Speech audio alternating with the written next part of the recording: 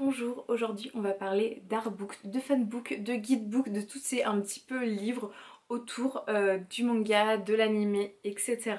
Je dis manga animé, vous allez comprendre au fur et à mesure de cette vidéo. J'ai trop hâte de vous présenter un petit peu tout ce que j'ai, donc on va faire un récapitulatif de tout.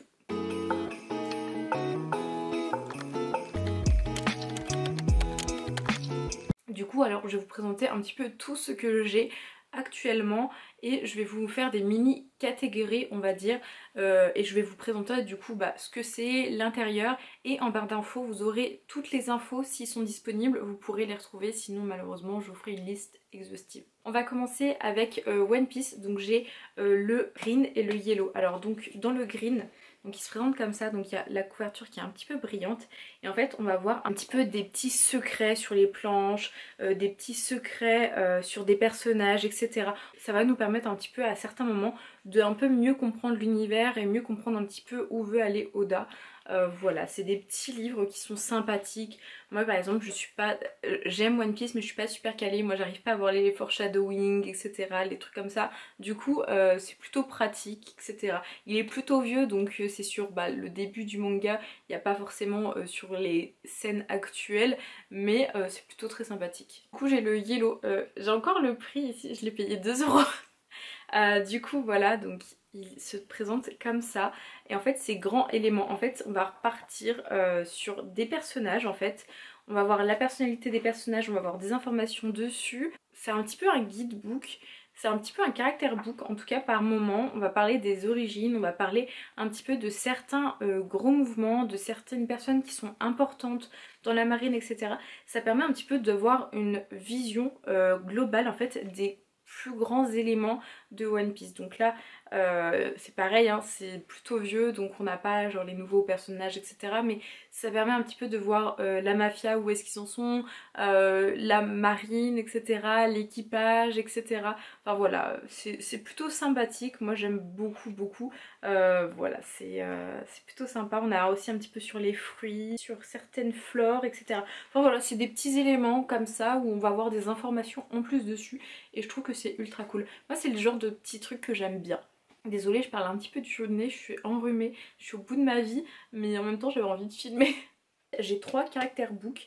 Alors le premier c'est celui de Tokyo Revenger, c'est Enfer et Paradis. On l'avait en fait avec un tome collector, etc. Et moi c'est ce que j'aime le plus dans les tomes collector, c'est quand j'ai soit des extraits, soit des petits caractères bourreaux, des petits notebooks, ce genre de choses. Et là du coup on a juste des informations sur les personnages en plus, donc on a des pages en couleur, on a des pages en noir et blanc, et vraiment on a plus d'informations sur la personnalité, sur un petit peu les valeurs des personnages, un petit peu leurs relations, et c'est le genre de truc que j'aime vraiment beaucoup. Voilà, moi les caractères book j'aime beaucoup parce qu'on en apprend plus sur des personnages et ça permet aussi parfois de nuancer la première impression qu'on a ou de confirmer la première impression qu'on a sur un personnage.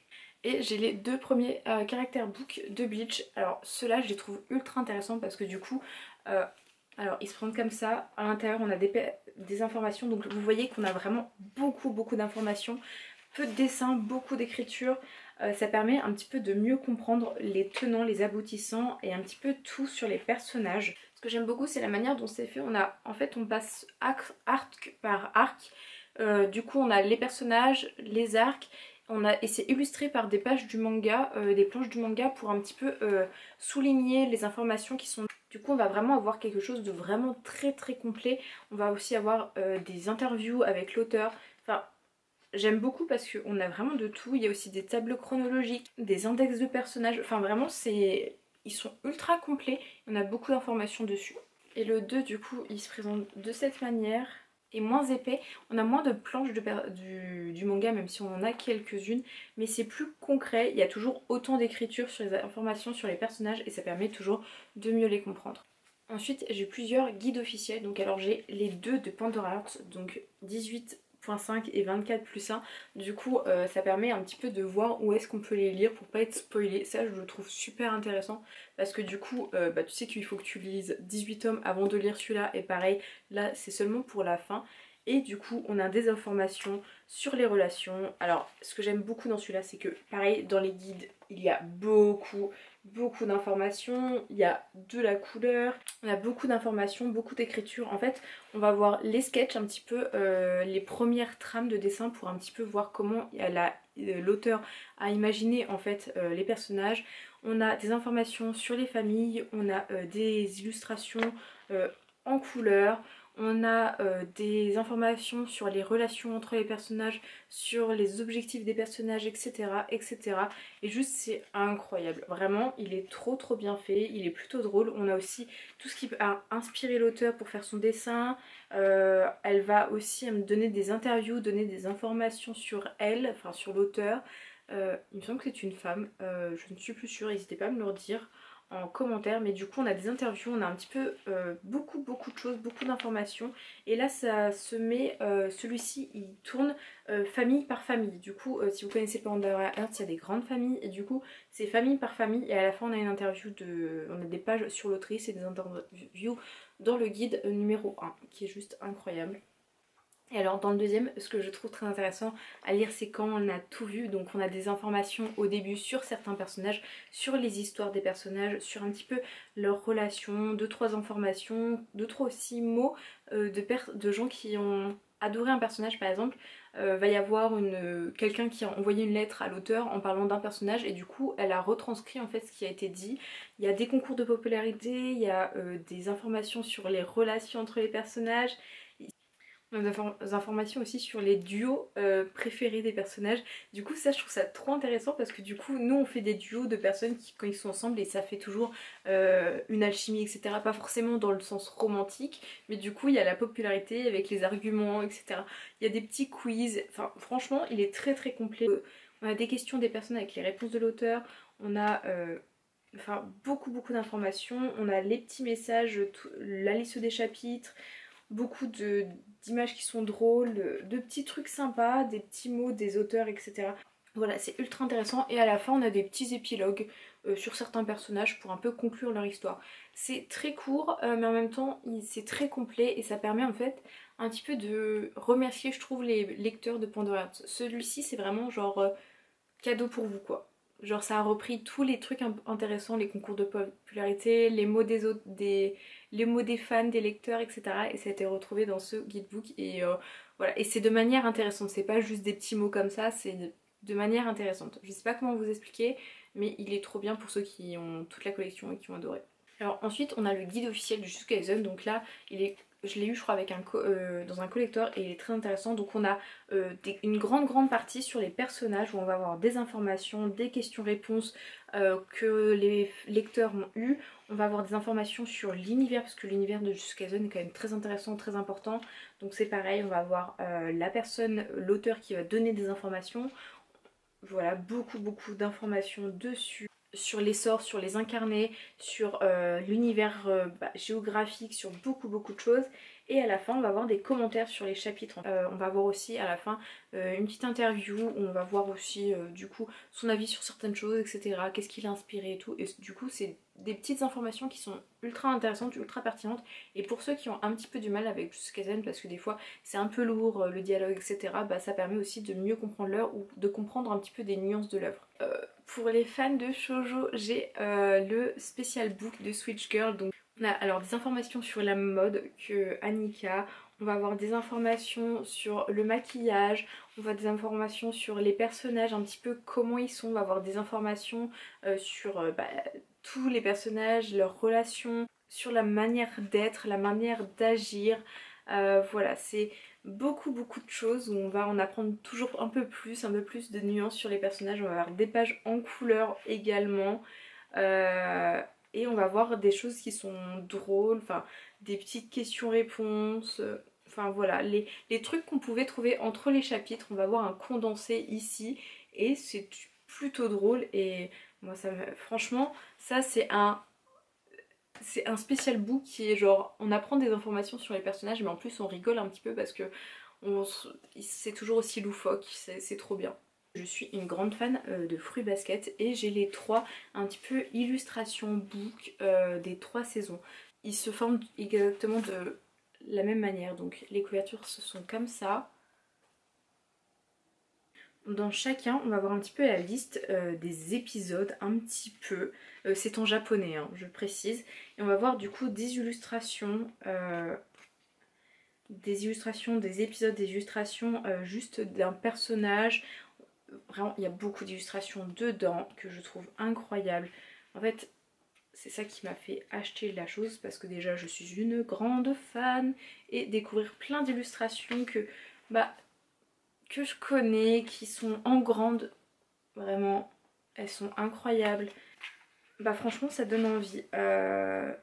Du coup, il y a des trucs en japonais marqués sur les stories. Je pense qu'un jour, j'essaierai de les traduire parce que c'est des tests très très courts. Oh, regardez ma petite Toro là.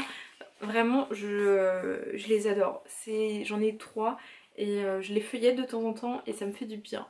Ensuite, j'ai eu deux choses avec des collectors. Donc avec le collector de À tes côtés, j'ai eu un fanbook que je trouve incroyable. Il est très très fin, mais déjà je suis contente d'avoir un collector de shoujo. Et on a du coup des informations sur les personnages.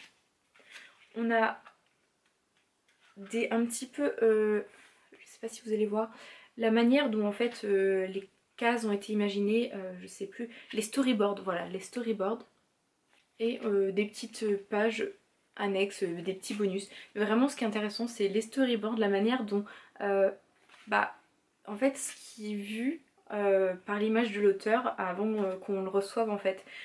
C'est les premières choses qui sont envoyées à un éditeur et ensuite après il donne son aval ou pas, il va faire des corrections et ensuite après on part sur le vrai beau dessin. Et voilà, on a quelques questions-réponses et des informations sur les personnages et c'est trop bien. Du coup on a un petit peu comment l'auteur a imaginé le personnage, etc. Enfin c'est des petites informations que j'aime beaucoup. Et là, alors parce que je peux pas vous montrer grand chose, on a l'illustration book de Sexy Cosplay Doll. Alors moi en fait j'avais beaucoup aimé l'animé et quand j'ai vu qu'il y avait un collector qui allait sortir, je l'ai précommandé sans avoir lu le manga et du coup j'ai eu le premier tome que j'ai adoré donc je vais lire la suite. Mais à l'origine du coup je n'avais pas lu le manga mais je voulais absolument suivre ça parce que je me suis dit que ça allait être beau et je ne me suis pas trompée. Là c'est une des illustrations que je peux vous montrer, elle est juste incroyable et à la toute fin on a 2-3 petites infos mais vraiment c'est que des illustrations dans ce livre. Il y a des illustrations voilà que donc on va pas pouvoir, je vais pas pouvoir vous les montrer sur YouTube mais c'est incroyable, les illustrations sont trop belles, sont en couleur, c'est magnifique, j'ai rarement vu des illustrations aussi belles et du coup j'aime trop, déjà que j'aime trop cet animé.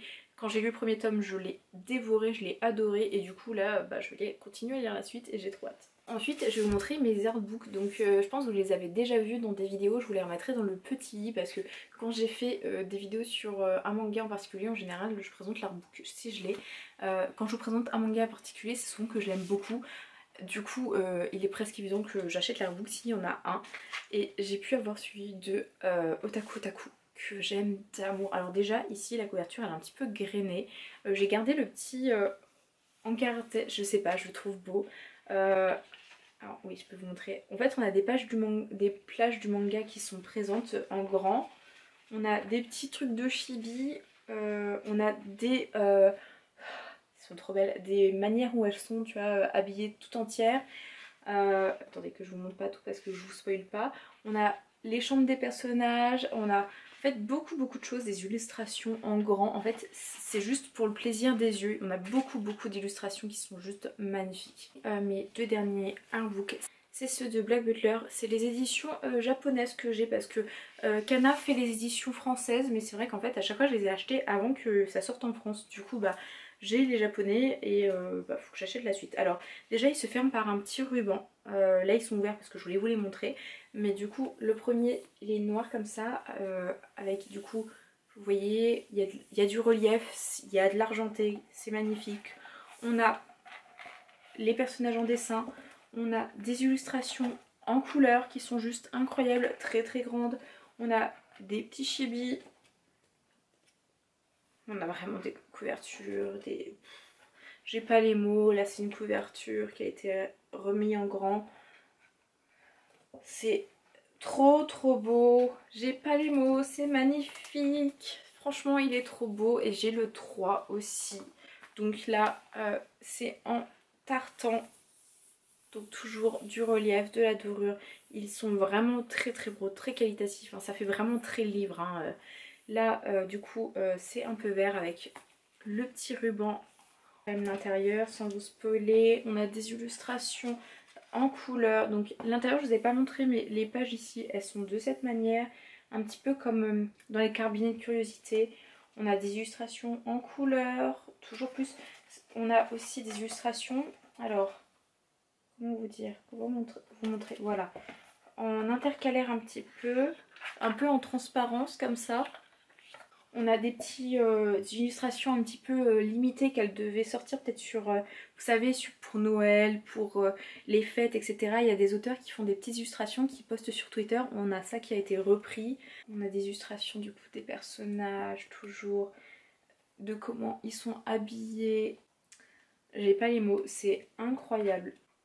Donc il y a des illustrations qui sont vraiment issues du manga et des illustrations qui ont dû être faites spécialement pour, enfin, comme je vous dis, des fêtes, etc. Parce que il y a des trucs, je sais qu'ils sont pas dans le manga, mais c'est magnifique. Franchement, j'ai pas les mots. Regardez. Et là, on a encore une illustration en un peu transparent et du coup, ça fait qu'on voit. J'ai pas les mots. Alors, du coup je ne sais même plus comment conclure parce que j'en ai eu plein les yeux parce que je vous ai montré des trucs trop beaux et encore vous avez... du coup moi je filme des vidéos plus longues et je raccourcis quand je fais le montage, vous voyez pas. À des moments j'étais là et puis je feuilletais, j'étais obligée d'éteindre ma caméra parce que juste en fait j'ai feuilleté mon artbook, mon goodbook, je suis en train de lire les interviews alors que l'objectif c'était de vous les montrer, pas de lire, mais juste j'étais trop dedans. Du coup je vous remercie d'avoir regardé cette vidéo, n'hésitez pas à me mettre un commentaire avec vos artbooks que vous avez, vos guidebooks préférés. Je serais contente parce que ça se trouve j'en découvrirai et je serais contente d'en découvrir sur peut-être des animés, des mangas que j'aime trop. Et en plus, je sais pas, j'aime bien savoir un petit peu, je suis curieuse. N'hésitez pas à vous abonner, à liker cette vidéo. Ça me fait un énorme soutien, que ce soit ici ou même sur tous mes autres réseaux. De toute façon, ils sont en barre d'infos. Je vous souhaite une très bonne journée et surtout, prenez soin de vous.